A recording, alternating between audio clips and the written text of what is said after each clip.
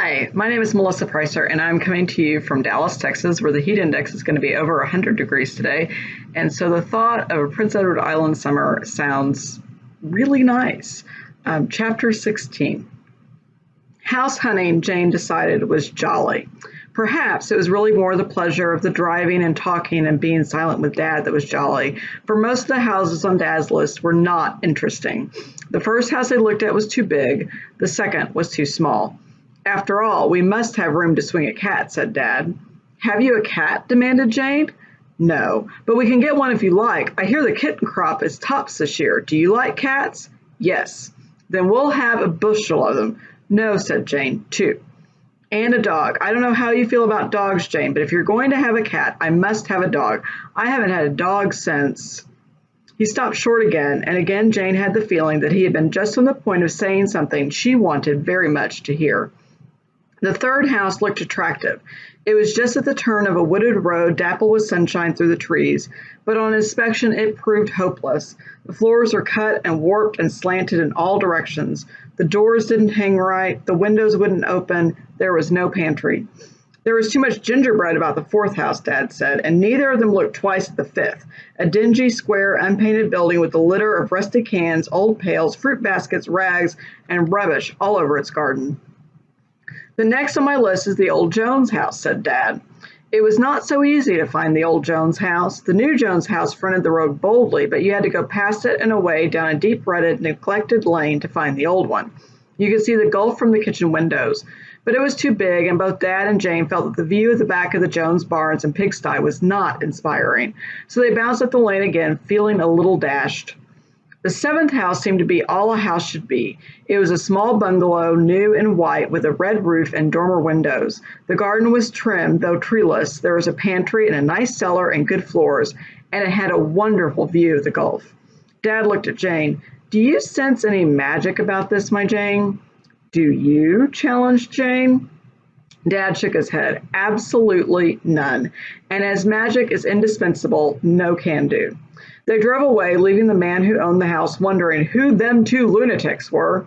What on earth was magic? He must see the carpenter who built the house and find out why he hadn't put any in it. 2 more houses were impossible. I suppose we're a pair of fools, Jane. We've looked at all the houses I've heard of that are for sale, and what's to be done now? Go back and eat our words and buy the bungalow?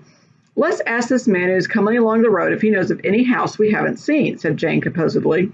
The Jimmy Johns have one, I hear, said the man, over at Lantern Hill, the house their Aunt Matilda Jolly lived in.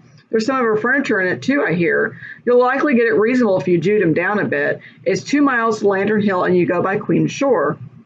The Jimmy Johns and a Lantern Hill and an Aunt Matilda Jolly? Jane's thumbs pricked. Magic was in the offing. Jane saw the house first. At least she saw the upstairs window and its gable end winking at her over the top of a hill. But they had to drive round the hill and up a winding lane between 2 dikes with little ferns growing out of the stones and young spruces starting up along them at intervals. And then, right before them, was the house. Their house. Dear, don't let your eyes pop quite out of your head, warned Dad. It squatted right against a little steep hill whose toes were lost in bracken. It was small. You could have put a half a dozen of it inside 60 gay. It had a garden with a stone dike at the lower end of it to keep it from sliding down the hill, a paling, a gate with 2 tall white birches leaning over it, and a flat stone walk up to the only door, which had 8 small panes of glass in its upper half. The door was locked, but they could see in at the windows. There was a good-sized room on one side of the door, stairs going right in front of it, and 2 small rooms on the other side whose windows looked right into the side of the hill, where ferns grew as high as your waist and there were stones lying about covered with velvety green moss.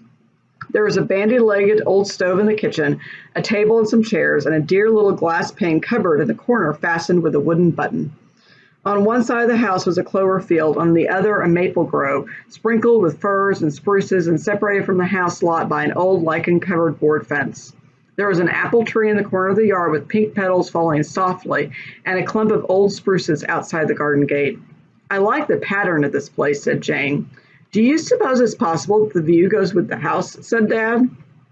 Jane had been so taken up with her house that she had not looked at the view at all. Now she turned her eyes on it and lost her breath over it. Never, never had she seen, had she dreamed of, anything so wonderful. Lantern Hill was at the apex of a triangle of land which had the Gulf for its base and Queen's Harbor for one of its sides. There were silver and lilac sand dunes between them, and the sea, extending into a bar across the harbor, where great splendid blue and white waves were racing to the long sun-washed shore.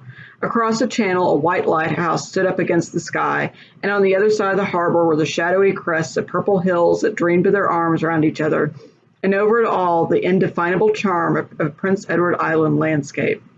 Just below Lantern Hill, skirted by spruce barrens on the harbor side and a pasture field on the other, was a little pond, absolutely the bluest thing Jane had ever seen. "Now, that is my idea of a pond," said Dad. Jane said nothing at first. She could only look. She had never been there before, but it seemed as if she had known it all her life. The song the sea wind was singing was music native to her ears. She had always wanted to belong somewhere, and she belonged here. At last, she had a feeling of home. "Well, what about it?" said Dad. Jane was so sure the house was listening that she shook her finger at him. "Shh," she said. "Let's go down to the shore and talk it over," said Dad.